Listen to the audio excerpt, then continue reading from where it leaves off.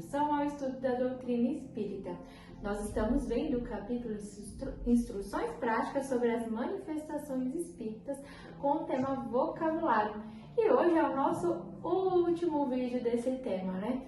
Onde nós estamos aprendendo cada palavra, cada termo utilizado antigamente, alguns ainda são utilizados atualmente, mas que alguns são desconhecidos para nós, né? E Kardec, junto à espiritualidade, nos explica e nos orienta mais uma vez para nós termos entendimento desses termos que alguns livros ainda podem trazer quando nós formos estudar. Então, dando sequência ao nosso último vídeo, nós começamos com a palavra superstição, né?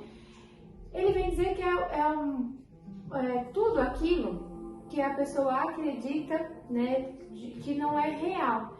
Mas ele explica que normalmente esses fatos vêm através dos fatos reais. Então a superstição, ela começa por um fato real e que para as pessoas banalizarem, vulgarizarem algumas coisas, é que se torna superstição.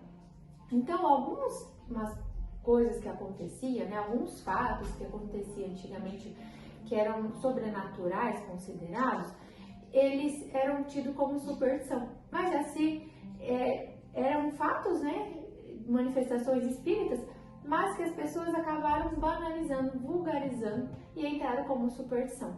Então, algumas manifestações que aconteciam, eles por conta de querer colocar medo, instituir medo nas pessoas, eles pegavam e falavam que eram coisas, obras, né, do diabo, de energias ruins, de espíritos ruins, né? Então, que não era bom. Então, para que as pessoas tivessem um medo, para que as pessoas então acreditavam que era uma superstição, acreditavam que não era normal e que isso vinha de uma origem ruim.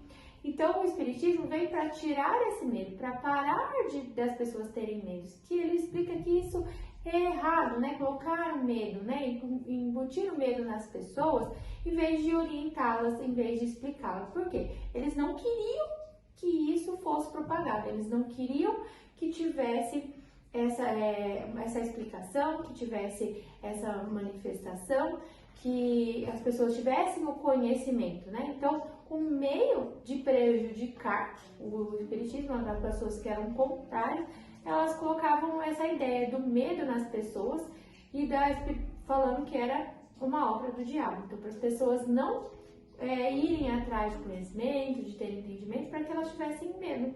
E, na verdade, o Espiritismo vem nos dizer que, na verdade, a gente não tem que ter medo, né? Que isso não são obras, que a gente já explicou o que é a figura do diabo que era trazida, né, nos vídeos anteriores, e que essas manifestações elas ocorriam e que a maneira que foram tidas, elas foram trazidas e banalizadas, né, como uma coisa ruim.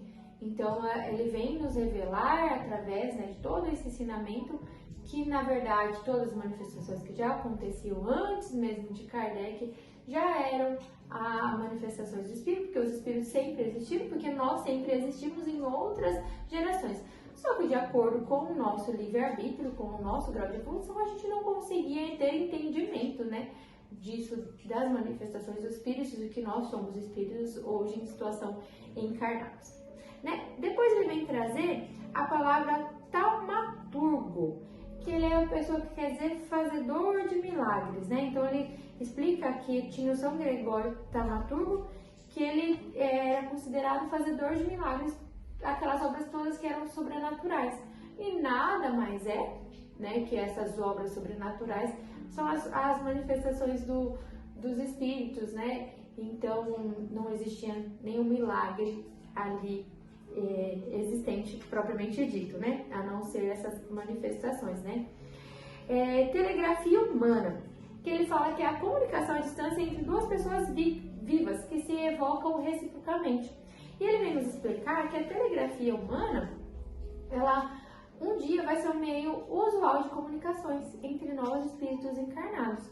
Então, quando isso for existir, é quando nós tivermos um desenvolvimento moral muito mais elevado e menos materialismo, né? Então, quando isso vai acontecer, provavelmente não vai ser nessa existência, né? A gente ainda ainda tem muito o apego material, né? Então a gente está caminhando para o nosso desenvolvimento moral, né? Mas quando a gente vai conseguir esse tipo de telecomunicação, ainda vai demorar um pouco, né? Mas vai ser muito interessante, porque ainda ele cita assim, né? Quando a gente for mais moralizados, menos egoístas e menos presos às coisas materiais, né? Então, aí ficam 3 dicas aí para nós de aprendizado hoje para a gente buscar. E depois ele vem falar sobre tendências inatas, né?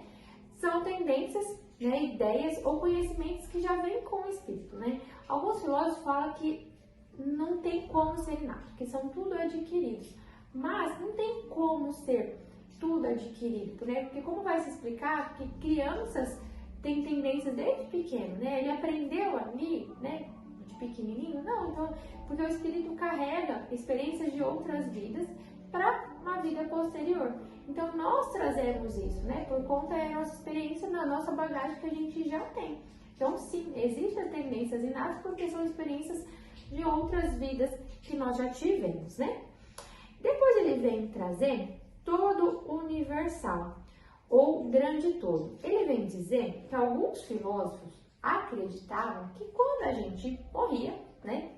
Para eles é morte, não é o desencarne, que todos nós, existia uma alma universal, que todos nós fazemos parte dessa alma. E quando a gente morresse, né, usando termos dele, a gente ia compor essa alma universal. Então todos nós fazemos parte dessa alma universal. Só que se isso fosse verdade, como é que existiria a individualidade, né, de cada um? Onde estaria a justiça divina nisso tudo? Então, o Espiritismo vem mostrar isso totalmente contrário, né? Que não existe todo universal ou esse grande todo, né? Que ele explica que todas as almas, né, depois do desencarne, elas voltam para o plano espiritual para continuar o seu estudo, o seu aprendizado, ver, né, o que a gente conseguiu nessa existência, o que a gente não conseguiu, trabalhar para que a gente possa então ter a nossa reencarnação e continuar nosso objetivo da nossa evolução. Mas não tem como a gente ser uma coisa só, né? Que a gente não ia conservar a nossa individualidade. Então, o Espiritismo vem provar isso todo o contrário, né? Aí depois ele vem falar a palavra transmigração, que ele fala que é para ver reencarnação. Seria o mesmo termo utilizado. E a nossa última palavra é vidente, né? Ele vem dizer que é aquele que é dotado de segunda vista, né? E aí ele vem falar que algumas pessoas dotam a pessoa que é vidente, que ela tem essa segunda vista, que é como se fosse um sonâmbulo magnético, mas que ele fala que a gente não pode usar o termo erradamente, né? Que o vidente, ele tem o dom, né, de ver, né, de estar vendo uma coisa futura, né, de ver da sensibilidade uma coisa futura, mas ele não tem, igual o sonâmbulo magnético. O sonâmbulo magnético, lembra que nós vimos que é aquele que ele é uma manifestação do sonambulismo através do magnetismo, ele é provocado, né? A pessoa que ela é vidente, ela não é provocada, ela tem esse dom já junto com ela. Então a gente não pode confundir ali os termos, né? Que o sonâmbulo magnético, ele é provocado, e o vidente não, ele é já do próprio ser, né? Do próprio espírito, essa habilidade que ele tem, né? Essa tendência, né? A gente precisa diferenciar os dois. Bom, finalizamos o nosso tema vocabulário. No próximo vídeo nós iremos começar um novo capítulo. Espero que vocês tenham gostado desses vídeos, espero que vocês tenham esclarecido, como eu esclareci muitos termos que eu não conhecia, que eu desconhecia e aprendi junto com vocês. Não deixe de nos acompanhar, todos os dias nós temos vídeos nas nossas redes sociais para nos orientar, para nos intuir a continuar a nossa jornada em busca do nosso melhoramento. Um ótimo e abençoado domingo a todos nós e mais uma vez, gratidão!